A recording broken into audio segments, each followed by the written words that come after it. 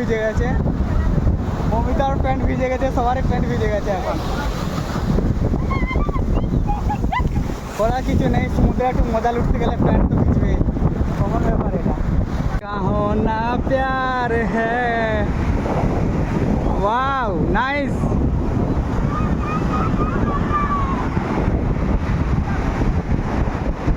Guys আমরা এখন পৌঁছে গেছি ফাইনালি মহাবলীপুরম বিচে। তো আমরা এখন চেন্নাইয়ের মহাবলীপুরম বিচে আছি। ওয়াও, খুব আনন্দ উপভোগ হচ্ছে আমাদের, হ্যাপি মজা হচ্ছে সমুদ্রে, প্রচুর পরিমাণে ঢেউটা দিচ্ছে আজকে, আবহাওয়াটা খুব ভালো আছে আজকে বিচ ঘোরার পক্ষে। এই যে আমার মা, মমিতা, ওই যে বন্ধুর বউ, আমরা সবাই মিলে এসেছি আজকে ঘুরতে। মমিতা এখন যাচ্ছে ফটোশ্যুট করার জন্য, আর পাথরে এখানটায় বসবে।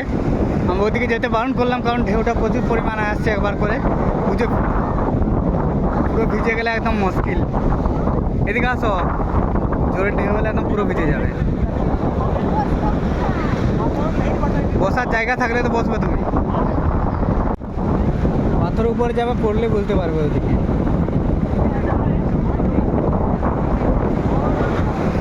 এই যে এখানে ক্যামেরা পাওয়া যায়, কেউ যদি ফটোশ্যুট করতে চাও 50 টাকা করে, সঙ্গে সঙ্গে ফটো বের করে দেবে তোমাদেরকে, স্টিল ফটো। আমরা বললাম না, তুলবো না, কারণ আমরা মোবাইলেই তুলে বের করে নিই আমরা। তো চলো, মোবাইল থাকতে আবার ডিএসএলআর ক্যামেরা কি দরকার।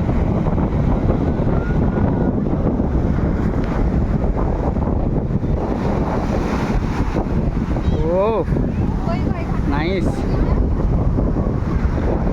গেলে একদম পুরো সমুদ্রের মাঝে চলে যাবে।